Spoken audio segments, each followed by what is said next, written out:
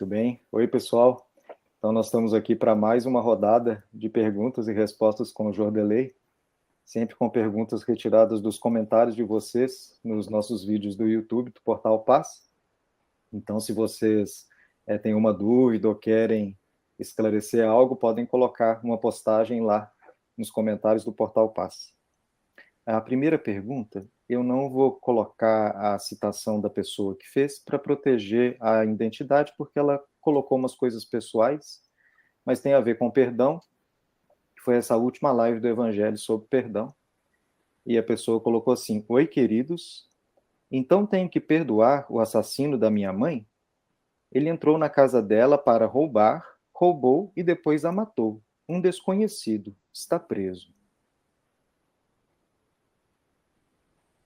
Uma situação delicada que a pessoa fala se ela tem que perdoar, né? Eu cheguei a ler essa mensagem e fiquei pensando como responder. Porque a primeira sensação é a gente viver a dor que esse espírito está vivendo, né? A dor que uma filha está vivendo. Então, qualquer comentário provindo de terceiros é muito fácil fazer. Né? Olhar para terceiros é muito fácil. Olhar para a dor que nós estamos vivendo e sofrendo é muito mais complexa. Então, neste caso, minha querida irmã, o perdão vai ser o caminho no longo da caminhada. Em algum momento, seja nesta existência, né, mas provavelmente em outras existências, vocês serão uma vez mais colocados juntos, onde virão com amigos, onde virão com algum relacionamento, alguma situação, mas eu também não estou destinando isso para sua próxima existência. Por favor, não entenda isso. Mas em algum momento o destino vai fazer vocês se cruzarem de novo.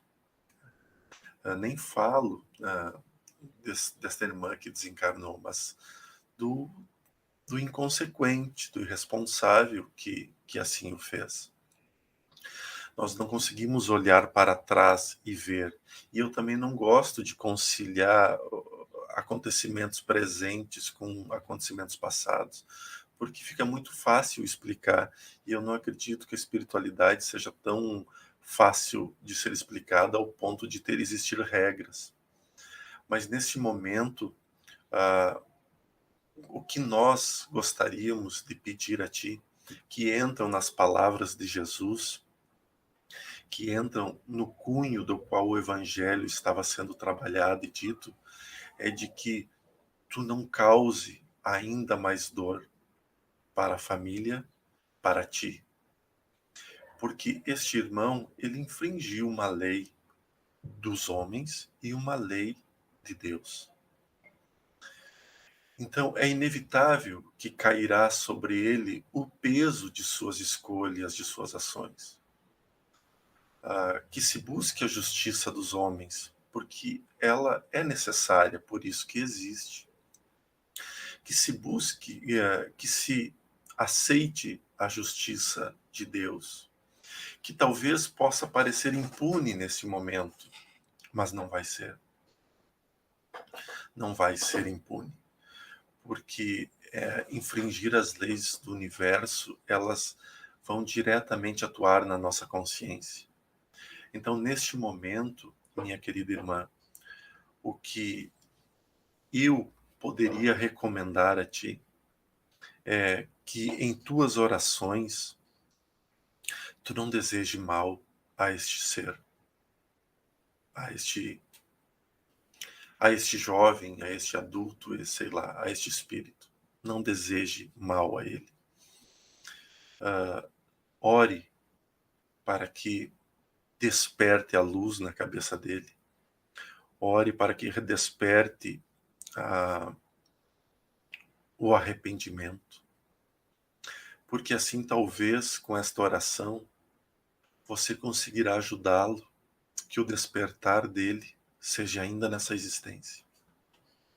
Nós desconhecemos o poder da oração, mas sabendo que você, ao orar e pedir por ele, não quer dizer que você o aceite e que você queira conviver com ele. Muito pelo contrário. Mas é só para que não se crie nenhum sentimento de ódio ainda mais forte do que já existe. Porque a energia que circunda e que circula pelo amor é no mesmo veículo que circula o ódio. Então, se desferir o ódio, inevitavelmente essa energia recairá sobre você. E ao recair sobre você essa energia, você não precisa passar por essa dor.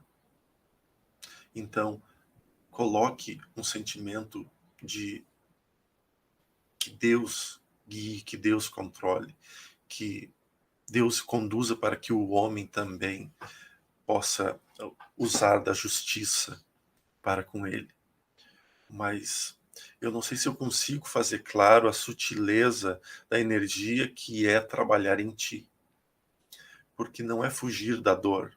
Não, quem sou eu para dizer fuja da dor, fuja do luto, fuja dessa situação?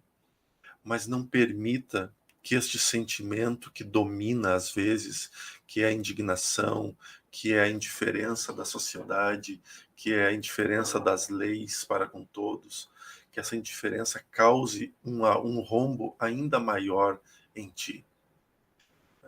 Assim, tu estará encaminhando energias muito positivas a esta irmã que desencarnou e a este irmão irresponsável perante as leis do universo, que também o cometeu. Nossa, é linda a sua orientação, né, Jorge? E eu agradeço essa pessoa que fez essa pergunta, porque dá a oportunidade, às vezes, da gente aprofundar aspectos que durante a live não dá tempo, né? Porque é claro que ali são muitas pessoas, cada uma com o seu ponto de vista. E uma das coisas que me veio na mente quando eu li essa história, né, é que começa assim, né, eu tenho que perdoar. Então, a gente não deve ver o perdão como se fosse uma obrigação, mas sim como uma libertação, né? Então, não é que eu tenho que perdoar porque alguém está dizendo que essa é a regra, ou que isso é que é o certo a fazer, né? Eu tenho que buscar o perdão porque é o modo que a espiritualidade está orientando para eu me libertar do ciclo de sofrimento, de eu me libertar do ciclo de dor, né? Que é o que você acabou de explicar de uma maneira muito linda, né? Que é assim, se eu consigo parar em mim esse ciclo, eu estou livre desse ciclo, então eu vou seguir o meu caminho, né? Sem esse peso da dor e da culpa. E aí isso é que é a cura do espírito, né? Mas é isso aí. Eu te confesso que eu fiquei com a dor dela em mim, assim. Uhum.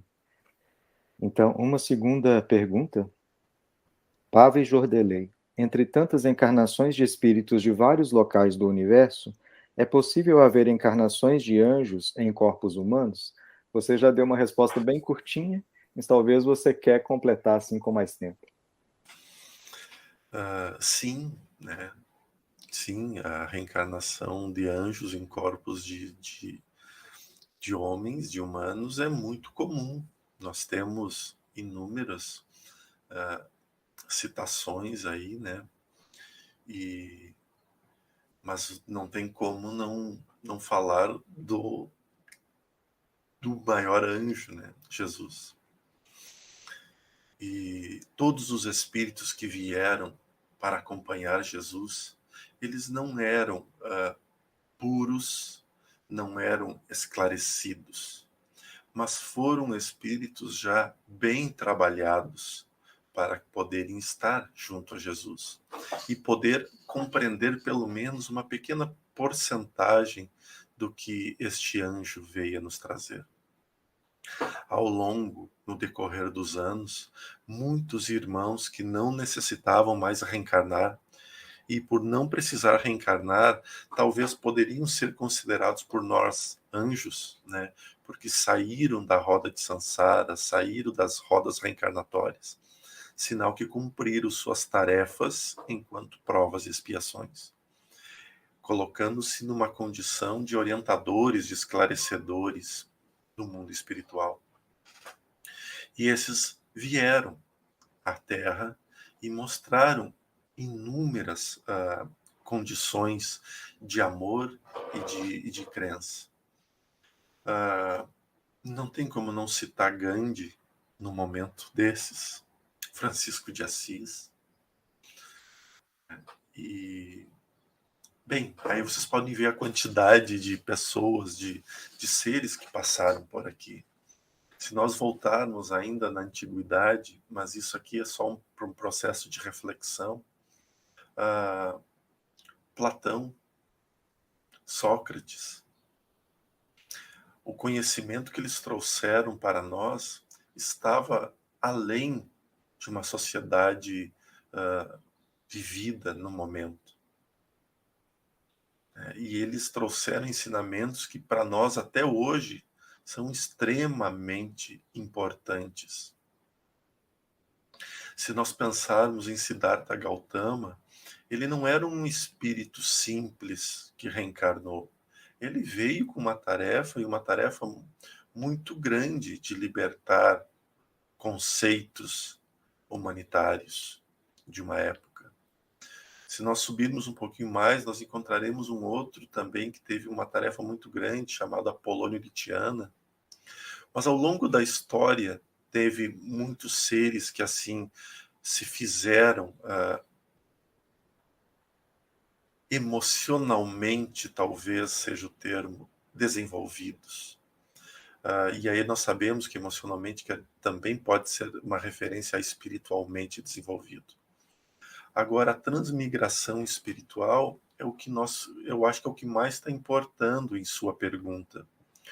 Porque a transmigração espiritual, a gente tem que levar em consideração que o conhecimento que nós temos hoje, saindo do planeta Terra, nós desencarnamos e o nosso espírito é conduzido a um outro estágio. Nesse estágio, talvez nós sejamos considerados anjos pela sabedoria, pelo conhecimento que temos, ainda pequeno, mas para aquele local imenso.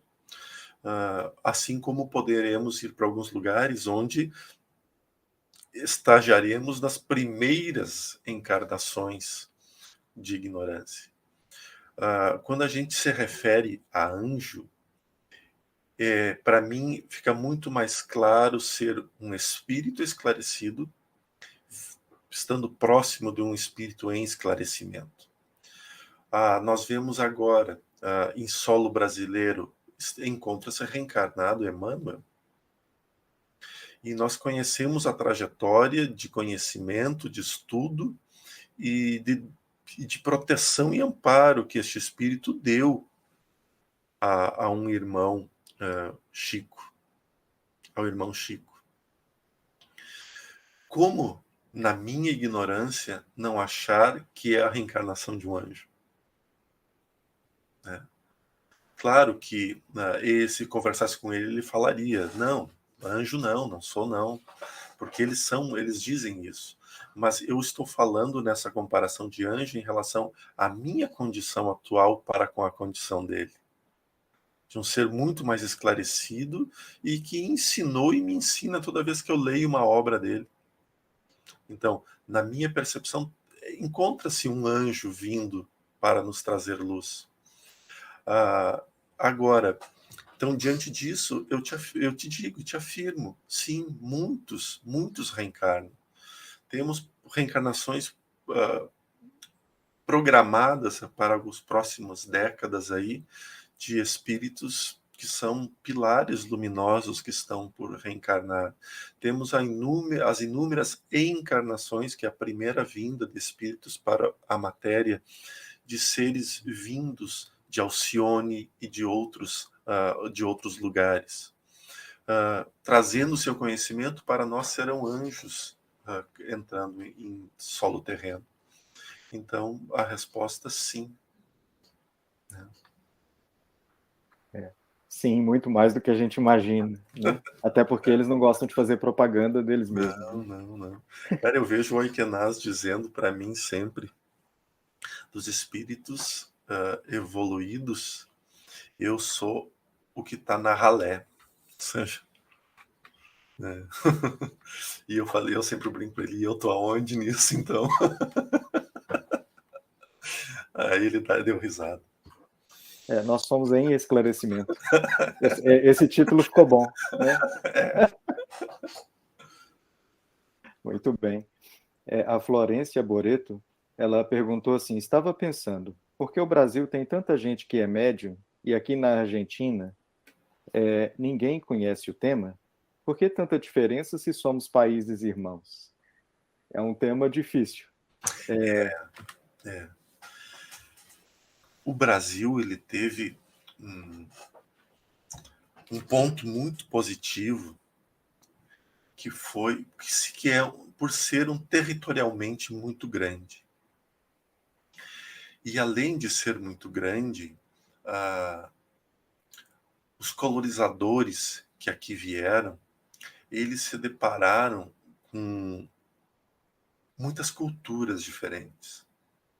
Então, os índios, a cada vez que encontravam uma nova tribo, eles tinham processos ritualísticos diferentes, principalmente os de regiões litorâneas. As revoltas, as brigas que foram promovidas entre os colonizadores, né, espanhóis, portugueses, acabou também gerando uma movimentação muito grande em relação a todos os habitantes que tinham na época. O Brasil ainda teve a dura e amarga saga, né? Não sei qual termo usar, que foi a cicatriz, acho que seria o termo mais correto, que foi a escravidão tão grande e por tanto tempo perdurada, de sul a norte do seu país. E ainda encontramos situações de escravidão. Mas com isso veio muita informação de culturas diferentes de todos os lugares. Veio da Europa, da Ásia, da América Central, da América do Norte, da África, né? Ou seja, da América do Sul. Juntou-se, o Brasil acolheu muitos, e cada um trazendo as suas crenças. Veja que mesmo dentro do catolicismo, que foi a religião imposta a uma sociedade indígena, nós ainda encontramos inúmeros segmentos criados. Nós encontramos aqui na região as missões, onde padres jesuítas tentavam a libertação de escravos, de tudo, que eram também um pouco desconsiderados por inúmeros outros segmentos religiosos.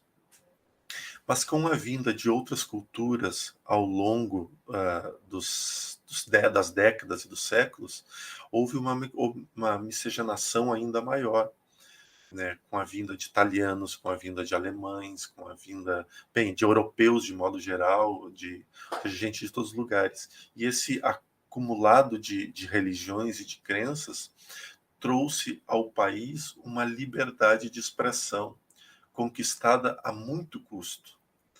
Mesmo que hoje nós ainda vivamos um período de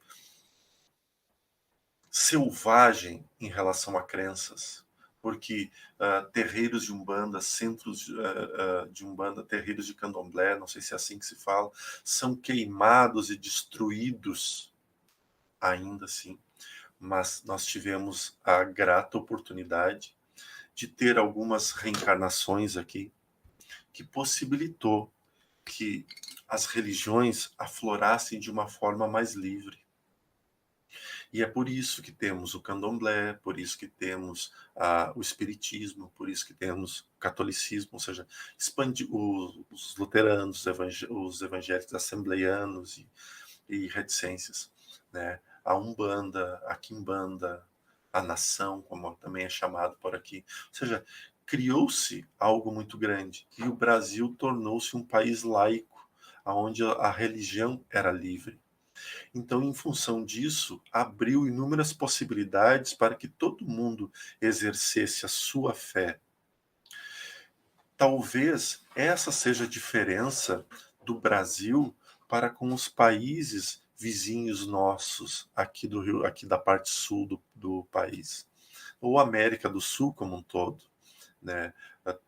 Eu acredito que teria que ver na Argentina, no Uruguai, no Paraguai, Chile, Bolívia, quais são, Peru, quais são as religiões mãe. Qual é a religião mãe? O catolicismo. E do catolicismo, de que linha ela veio? Daquela linha mais radicalista, daquela linha mais libertadora. Mas talvez a gente precisa ver que nós não termos conhecimento do exercício de religiões espiritualistas em nosso país não quer dizer que não exista. Eu conheço muitos irmãos aqui, né?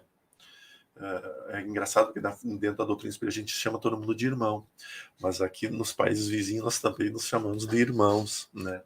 Nesses países há muito desenvolvimento de conceitos espiritualistas bem trabalhados. Existem médiuns muito importantes reencarnados na Argentina, no Uruguai, no Paraguai, mas talvez não seja com o nome espiritismo, talvez esteja com alguma outra, né? Ou o espiritismo esteja aos poucos se ampliando. Isso teria que fazer uma pesquisa no qual eu fico devendo a ti, porque eu não tenho.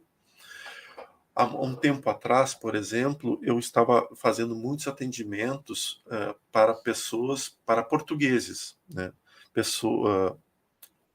Portugueses, não, que continuam morando em Portugal. E eles falavam da mesma carência, aqui não tem, aqui não tem, aqui não tem. E aí eu fiquei um tempo, acho que 6 meses sem fazer atendimento, e aí agora eu voltei a fazer atendimento e é impressionante a quantidade de portugueses que voltaram a conversar comigo. E todos esses novos que vieram conversar, todos falam que frequentam casas espíritas em Portugal. Né, que conhecem, que sabem onde tem, que ainda é muito discriminado pela crença religiosa ser muito forte ainda do catolicismo, mas que já tem, que tem palestras, que tem muitas coisas. Então, talvez nesse momento caiba mais nós darmos uma olhada mais atentamente em algumas regiões, algumas cidades, ver se já não tem algo federado e aí, através das federações, a gente possa buscar.